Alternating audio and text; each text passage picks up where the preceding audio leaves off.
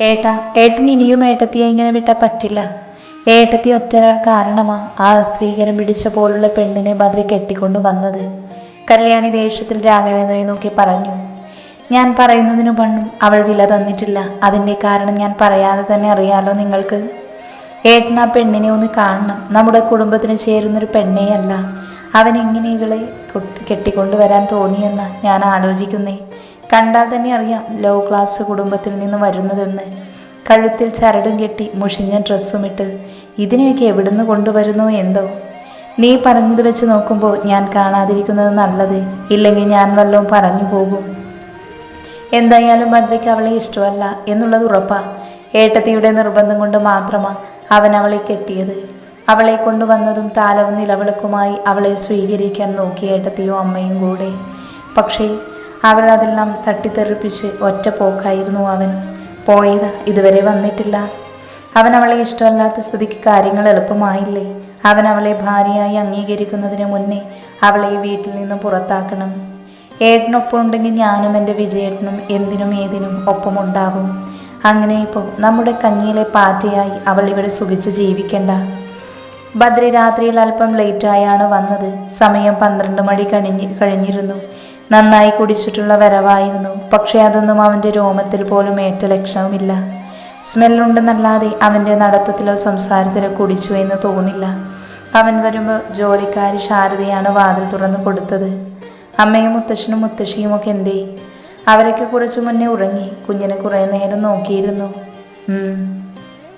അത്രയും പറഞ്ഞവൻ മുകളിലേക്ക് സ്റ്റെപ്പ് കയറി പോകുമ്പോൾ വൈഷ്ണവിയുടെ മുറിയിലെ ലൈറ്റ് വെട്ടം കണ്ടു.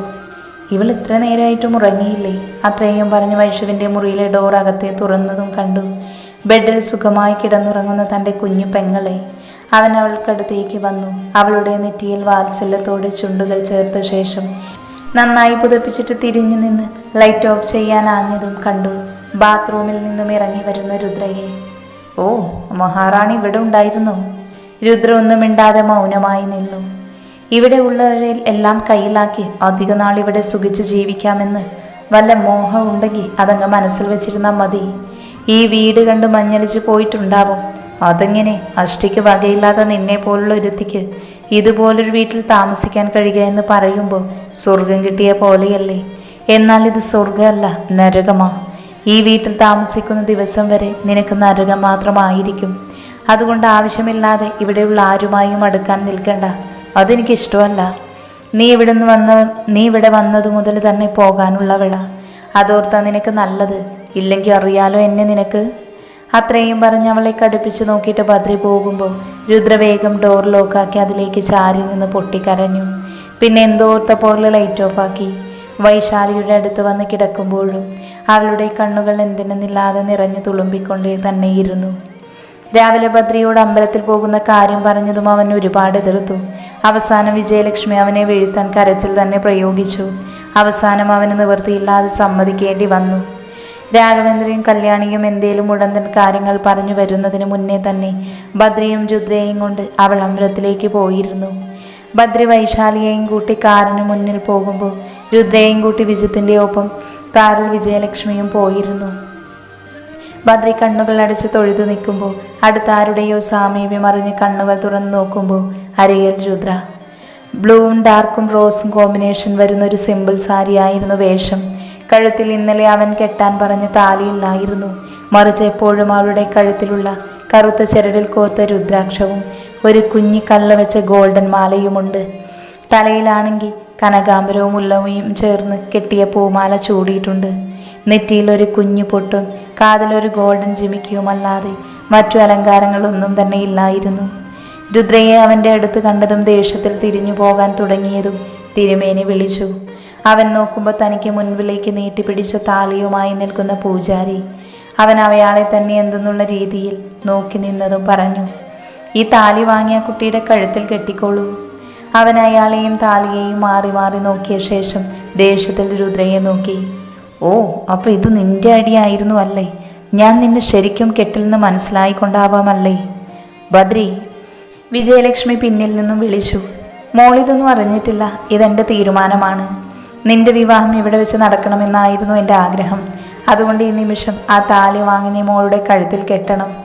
ഞാൻ ഓൾറെഡി അവളെ മാരേജ് ചെയ്തതാണ്, പിന്നെന്തിനാ വീണ്ടും കെട്ടുന്നത്? എന്തായാലും അത് അമ്പലത്തിൽ വെച്ച് നടന്നതല്ലെന്ന് എനിക്കറിയാം. അതുകൊണ്ട് ദൈവത്തിന് സാക്ഷി നിർത്തി ഈ താലി നീ മോളെ അണിയിക്കണം. പറ്റില്ലെന്നാണെങ്കിൽ പിന്നെ ഈ അമ്മയെ കാണില്ല. ഇതെൻ്റെ ഭഗവാന്റെ മുന്നിൽ നിന്ന് ഞാൻ പറയുന്ന ഉറച്ച വാക്കാണ്. അമ്മേ, ഭദ്ര ഉച്ചത്തിൽ വിളിച്ചു. താലി വാങ്ങി കെട്ടുന്നുണ്ടോ നീ?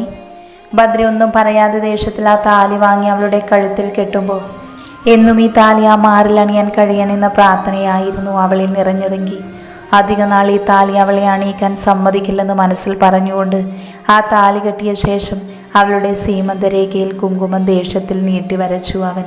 ഭദ്രയുടെ സമ്മതം നോക്കാതെ വിജയലക്ഷ്മി അവനെ കൊണ്ട് തന്നെ വിവാഹത്തിന്റെ എല്ലാ ചടങ്ങുകളും രുദ്രയ്ക്കൊപ്പം നിർത്തി ചെയ്യിപ്പിച്ചു. എല്ലാ ചടങ്ങുകളും കഴിഞ്ഞതും ആരോടൊന്നും മിണ്ടാതെ വലിഞ്ഞു മുറുകിയ ദേഷ്യത്തോടെ അമ്പലത്തിന് പുറത്തേക്ക് വരുമ്പോൾ കണ്ടു ചിരിച്ചുകൊണ്ട് കാലിൽ ചാരി കരങ്ങൾ കെട്ടി നിൽക്കുന്ന പ്രണവിന് ഭദ്രയുടെ മുഖം കാണും തോറും ചിരി കൂടി വന്നു.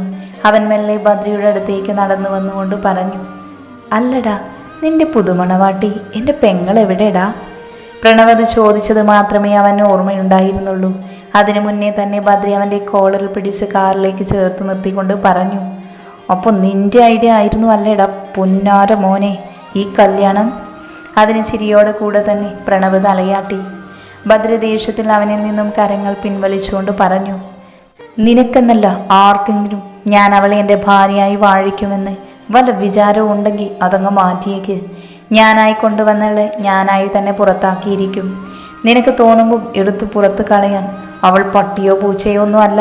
നിയമപരമായി നീ താലി കെട്ടിയ നിന്റെ ഭാര്യയാണ്.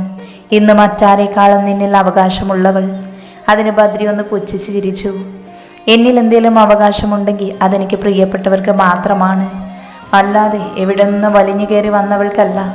ഇപ്പോൾ അവളുടെ കഴുത്തിൽ കിടക്കുന്ന താലിയില്ലേ, അത് ചാത്തി ഈ കൈകൊണ്ട് തന്നെ ഞാൻ ഊരിയെടുത്ത് അവളെ ആ വീട്ടിൽ നിന്ന് തന്നെ പുറത്താക്കും. കണ്ടോ നീ? അത്രയും പറഞ്ഞ ദേഷ്യത്തിൽ കാറിൽ കയറി പോകുന്ന ഭദ്രയെ പ്രണവ് നോക്കി നിന്നു. അതിനുശേഷം എന്തൊക്കെയോ മനസ്സിൽ ഉറപ്പിച്ചുകൊണ്ട് പ്രണവ് അമ്പലത്തിൻ്റെ അകത്തേക്ക് നടന്നു. എന്നാലും അവൾ ആള് കൊള്ളാലോ അല്ലേ? അവളെ പട്ടിയെ പോലെ തല്ലിയിറക്കിയ ബദ്രി സാറിനെ കൊണ്ട് തന്നെ കഴുത്തിൽ താലി കെട്ടിച്ചില്ലേ? ഇപ്പോഴും എന്തോ എനിക്കത് വിശ്വസിക്കാനാവുന്നില്ല. ഒരു മരവിപ്പ് പോലെ. നിരഞ്ജന കയ്യിലിരുന്ന മദ്യത്തിലേക്ക് ഒരു ഐസ് ക്യൂബ് ഇട്ടുകൊണ്ട് പറഞ്ഞു, അല്ലെങ്കിലും ഇവളുമാരെ പോലുള്ളവർമാർ പമ്മിയിരുന്നിട്ടാണ് ഓരോന്നൊപ്പിക്കുന്നേ. വെങ്കി അവളെ നോക്കി പറഞ്ഞു. എന്നാലും അവളുടെ സമയം കൊള്ളാം. ഒന്ന് നിർത്തുന്നുണ്ടോ നീയൊക്കെ? ഗ്ലോറി അവർക്ക് നേരെ അലറി. അവൾ ആരുടെ കൂടെയോ പോട്ടെ, അതിന് നമുക്കെന്താ? എനിക്കിപ്പോൾ സന്തോഷം മാത്രമാണ് തോന്നുന്നത്. എൻ്റെ മുൻപിലുണ്ടായിരുന്ന ഒരേ ഒരു തടസ്സമാ ഇന്ന് മാറിപ്പോയിരിക്കുന്നേ. ഇനി ക്രിസ്റ്റിക്ക് എൻ്റെ സ്നേഹം കാണാതിരിക്കാൻ കഴിയില്ല. നിനക്ക് തോന്നുന്നുണ്ടോ ഗ്ലോറി, അവൻ അവളെ വേഗം മറന്ന് നിന്നെ സ്വീകരിക്കുമെന്ന്? അവൾ മറ്റാരേക്കാളും സ്നേഹിക്കുന്നെന്ന് പറഞ്ഞ് മുന്നിൽ കൊണ്ട് നിർത്തിയപ്പോൾ പോലും അവൻ പിന്മാറി പോയിട്ടില്ലല്ലോ. നീരവ് അവളെ നോക്കി പറഞ്ഞു. ക്രിസ്റ്റി, അവനെ എനിക്കറിയാവുന്ന പോലെ വേറെ ആർക്കും അറിയില്ല. അവൻ അവളോടുള്ളത് പവിത്ര സ്നേഹമാണെന്നാണോ നിങ്ങളുടെ വിചാരം? എങ്കിൽ തെറ്റി. അവനിഷ്ടമായിരുന്നു അവളെ, പാവം പോലുള്ള അവളുടെ നിൽപ്പും സംസാരവും എല്ലാം കണ്ടിട്ട്. എന്നാൽ അവൻ അവളോട് ഇഷ്ടം പറഞ്ഞപ്പോൾ ആട്ടി ഓടിച്ചു. പോരാത്തതിന് നാട്ടിലായിടയ്ക്ക് അവൾക്കുണ്ടായിരുന്ന അടുപ്പക്കാരനെ കൊണ്ടുവന്ന് ക്രിസ്റ്റിക്ക് നേരെ അവൾ ശല്യം ചെയ്യുന്ന വാണിംഗ് ചെയ്യിപ്പിച്ചു. അതുമാത്രമോ, ദേഷ്യത്തിൽ അവനെ തല്ലാൻ പോയ ക്രിസ്റ്റിയുടെ കരണ തടിച്ചില്ലേ അവൾ എല്ലാവർക്കും മുൻപിൽ വെച്ച്? ഇതൊക്കെ നിങ്ങൾക്കറിയാവുന്നതായെങ്കിലും നീയൊക്കെ ചോദിച്ചില്ലേ, അതുകൊണ്ട് വീണ്ടും പറഞ്ഞുവെന്ന് മാത്രം. അന്നവൻ എന്നോട് പറഞ്ഞതാ, അവൾ തള്ളിയ കൈ കൊണ്ട് ജീവിതകാലം മൊത്തം അവൻ്റെ അടിമയാക്കിയിടുമെന്ന്. അവൻ്റെ അല്ലാതെ മറ്റൊരു താലി ആ കഴുത്തിൽ കയറില്ലെന്നും. അല്ലാതെ നിങ്ങൾ കരുതും പോലെ അവൻ അവളോട് ആത്മാർത്ഥ പ്രണയമൊന്നുമില്ല. അങ്ങനെയാണെങ്കിൽ തന്നെ അവൻ അടങ്ങിയിരിക്കുമെന്ന് തോന്നുന്നു. ഏത് വിധേനയും അവളെ നേടാനേ നോക്കൂ. ഇല്ലവെങ്കിൽ അതിന് ഞാൻ അവനെ സമ്മതിക്കില്ല. പിന്നെ ഇപ്പോൾ അവൾ ആ ബദ്രിനാഥിൻ്റെ ഭാര്യയാണ്. അവളെ തട്ടിയെടുക്കാൻ ഏത് രീതിയിൽ നോക്കിയാലും അയാൾ വിട്ടുകൊടുക്കുമെന്ന് തോന്നുന്നുണ്ടോ? ഇല്ല, ഒരിക്കലുമില്ല. അയാളെ നിങ്ങൾക്കറിയില്ലേ? അയാൾക്ക് സ്വന്തമായതൊന്നും ഒരിക്കലും മറ്റൊരാൾക്ക് വിട്ടുകൊടുത്ത ചരിത്രമില്ല. അത്രയും പറഞ്ഞ് ഗ്ലോറി അവരെയെല്ലാം നോക്കിയൊന്ന് ചിരിച്ചു. രുദ്ര ഈ തവണ വിജയലക്ഷ്മി നീട്ടിയ നിലവിളക്ക് കയ്യിൽ പിടിച്ച് തന്നെ അകത്തേക്ക് കയറി. പൂജാമുറിയിൽ നിലവിളക്ക് വെച്ച് പ്രാർത്ഥിച്ച ഹോളിലേക്ക് വന്നതും രാഘവേന്ദ്രൻ്റെ സൗണ്ട് ഉയർന്നു. ഇവളെയാണോ അവൻ കാളിയാർ മഠത്തിൻ്റെ മരുമകളാക്കി കൊണ്ടുവന്നത്? അയാൾ വിജയലക്ഷ്മിക്കും വൈശാലിക്കും അടുത്ത് നിൽക്കുന്ന രുദ്രയെ അറപ്പോടെ ചൂണ്ടി പറയുമ്പോൾ രുദ്ര അയാളെ ഒന്ന് നോക്കി. രാഘവേന്ദ്രൻ അവളുടെ അടുത്തേക്ക് ഓടി വന്നു. അപ്പോൾ അന്ന് ആ ഫംഗ്ഷന് മനഃപൂർവ്വം നീ എന്നെ അപമാനിക്കാൻ നോക്കിയതാണല്ലേ? അന്നതിന് എത്ര ക്യാഷ് കിട്ടി ഇവിടുത്തെ ബദ്രിയുടെ കയ്യിൽ നിന്നും? ഏട്ടാ, വിജയലക്ഷ്മി അയാളെ വിളിച്ചു. ഏട്ടൻ എന്തൊക്കെയാ പറയുന്നേ? വല്ല ബോധമുണ്ടോ? ഞാൻ നല്ല ബോധത്തോടു കൂടെയാണ് സംസാരിക്കുന്നത്. നിന്നെയും മക്കളെയും ഞാനൊന്ന് ശാസിച്ചാൽ പോലും അവൻ ആ ബദ്രിക്ക് സഹിക്കില്ല. അതുകൊണ്ടല്ലേ പാർട്ടിയിൽ എന്നെ ഇൻസൾട്ട് ചെയ്ത് ഇവളെ തന്നെ കെട്ടി വീട്ടിലേക്ക് കൊണ്ടുവന്നത്. അന്നത്തെ ആ പ്രകടനം ഇവളുടെയും അവൻ്റെയും ഡ്രാമയായിരുന്നു എന്ന് അറിയാൻ വൈകിപ്പോയി. സർ, തെറ്റിദ്ധരിച്ചിരിക്കുക എന്നെ. അന്ന് നടന്നതൊന്നും ബദ്രി സാറിൻ്റെ അറിവോടെയല്ല. എനിക്ക് പറ്റിയൊരബദ്ധം. മതി, നിർത്ത്. രുദ്രയെ പറഞ്ഞു പൂർത്തിയാക്കാൻ സമ്മതിക്കാതെ ഇടയ്ക്ക് കയറി പറഞ്ഞു. നിന്റെ വൃത്തികെട്ട നാവ് കൊണ്ട് എന്നെ സാറെന്ന് വിളിക്കുന്നു. ഏട്ടാ, ഒന്ന് നിർത്തുന്നുണ്ടോ?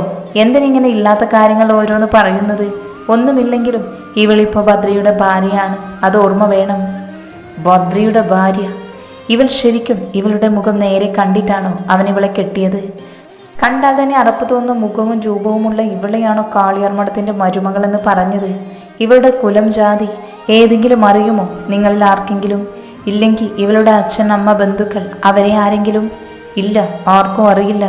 എടുത്തു പറയാൻ ഒരു കുടുംബ പേര് പോലും ഇല്ലാത്തവളെയാണല്ലോ നിന്റെ മോനെന്ന് പറഞ്ഞ് നീ കൊണ്ട് നടക്കുമെന്ന് ഈ പടി കടത്തി കൊണ്ടുവന്നത്. ശരിക്കും ആർക്കറിയാം കണ്ട തെരുവിൽ ആരുടെയെങ്കിലും വിഴുപ്പിലുണ്ടായതാണോ ഇവളെന്ന്?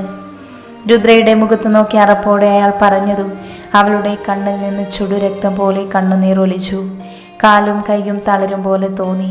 അവൾക്കിനിയും തൻ്റെ അച്ഛനെയും അമ്മയെയും തൻ്റെ പിതൃത്വത്തെപ്പറ്റി മോശം പറയുന്നത് കേട്ടു നിൽക്കാൻ കഴിയാതെ അവിടെ നിന്നും കരഞ്ഞുകൊണ്ട് അകത്തേക്ക് പോകുമ്പോൾ വൈശാലിയും അവൾക്ക് പിന്നാലെ പോയി. ഇതൊരൽപ്പം കൂടിപ്പോയി ഏട്ടാ. നിങ്ങൾക്ക് മോളെ ഇഷ്ടമായില്ലെങ്കിൽ തന്നെ ഇങ്ങനെയാണോ പറയേണ്ടത്? നമുക്കും അതുപോലൊരു മോളുണ്ടെന്ന് ചിന്തിച്ചോ? എൻ്റെ മോളെ വെച്ച് ആ ഊരും പേരുമില്ലാത്ത വൃത്തികെട്ടവളെ വെച്ച് പറയാൻ നിൽക്കരുത് നീ. പറയും, എന്തുകൊണ്ട്? നമ്മുടെ മോളേക്കാൾ നന്മയുള്ളവളാ കുട്ടി. എന്നാൽ ഏട്ടൻ്റെ മനസ്സ് മൊത്തം വിഷം മാത്രമാണ്. ശരിക്കും ഉറപ്പ് തോന്നുക നിങ്ങളോട്? ഇത്രയും തരം താന്നു പോകാൻ മാത്രം അതപ്പതിച്ചു പോയൊരു വൃത്തികെട്ട മനസ്സായി. ബാക്കി പറയും മുന്നേ വിജയലക്ഷ്മിയുടെ കരണത്ത് രാഘവേന്ദ്രയുടെ കൈ പതിഞ്ഞതും അയാൾക്ക് പിന്നിൽ മാറി നിന്ന് ഇതെല്ലാം കണ്ടു രസിക്കുന്ന കല്യാണിയുടെ ചുണ്ടിലൊരു പുഞ്ചിരി വിരിഞ്ഞു. എന്നാൽ തൻ്റെ അമ്മയുടെ കരണത്ത് അയാളുടെ കരം പതിഞ്ഞതും വിജിത്ത് ദേഷ്യത്തിൽ അയാൾക്കടുത്തേക്ക് പാഞ്ഞു വന്നു. അച്ഛൻ ഈ കാണിച്ചത് വളരെ മോശമായി പോയി. അമ്മയെ തല്ലാൻ മാത്രം അമ്മ എന്താ പറഞ്ഞേ? ശരിക്കും അമ്മ പറഞ്ഞതൊക്കെ സത്യം തന്നെയല്ലേ? അച്ഛൻ എങ്ങനെ ഇങ്ങനെ ചിന്തിക്കാനാവുന്നു? മതി, നിർത്ത്. ഇനി ഒരക്ഷരം നീ മിണ്ടരുത്. പിന്നെ നീ ഇപ്പം എന്താ വിളിച്ചേ? അച്ഛനെന്നോ? അതിന് നീ എൻ്റെ ആരാടാ? നിന്റെ തള്ള ഈ നിൽക്കുന്നവളിൽ എനിക്കുണ്ടായ ഒരേയൊരു മകൾ മാത്രമാണ്, അത് വൈശാലി മാത്രം. പിന്നെ നീ അത് ആര് ജനിപ്പിച്ചെന്ന് അവളോട് നീ തന്നെ പോയി ചോദിച്ചു നോക്ക്. നീ എന്നെ ഓരോ തവണ അച്ഛാന്ന് വിളിക്കുമ്പോഴും സഹിച്ചു നിന്നു. ഇനിയില്ല. എന്നെ ദ്രോഹിക്കുന്നവർക്ക് സ്ഥാനം കൊടുക്കുന്നവർ ആവുമ്പോൾ തിരിച്ചിനി എന്നിൽ നിന്നും ഇതൊക്കെ പ്രതീക്ഷിച്ചാൽ മതി. പിന്നെ ആരെയും നോക്കാതെ അയാൾ മുകളിലേക്ക് പോകുമ്പോൾ വിജിത്തിൻ്റെ മനസ്സ് നേറി പുകഞ്ഞു. അയാൾ പറഞ്ഞ ഒറ്റൊരു വാക്കിൽ. നീ ഇപ്പം എന്താ വിളിച്ചേ? അച്ഛനെന്നോ? അതിന് നീ എൻ്റെ ആരാടാ? നിന്റെ തള്ള ഈ നിൽക്കുന്നവളിൽ എനിക്കുണ്ടായ ഒരേ ഒരു മകൾ, അത് വൈശാലി മാത്രം. വിജിത്തിന് ആ വാക്കുകൾ അവൻ്റെ ഹൃദയത്തിൽ വേലിയേറ്റമുണ്ടാക്കി. ഇത്രയും നാൾ അച്ഛനെന്ന് വിളിച്ചയാൾ തൻ്റെ ആരുമല്ലെന്നോ? അപ്പോൾ ഈ കുടുംബം, ഇവിടുള്ളവർ, അവരൊക്കെ എനിക്ക് അന്യരെന്നാണോ?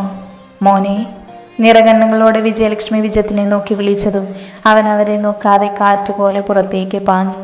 ആ അമ്മ മനം അത് കണ്ട് ഒരുപാട് നീർക്കരഞ്ഞു.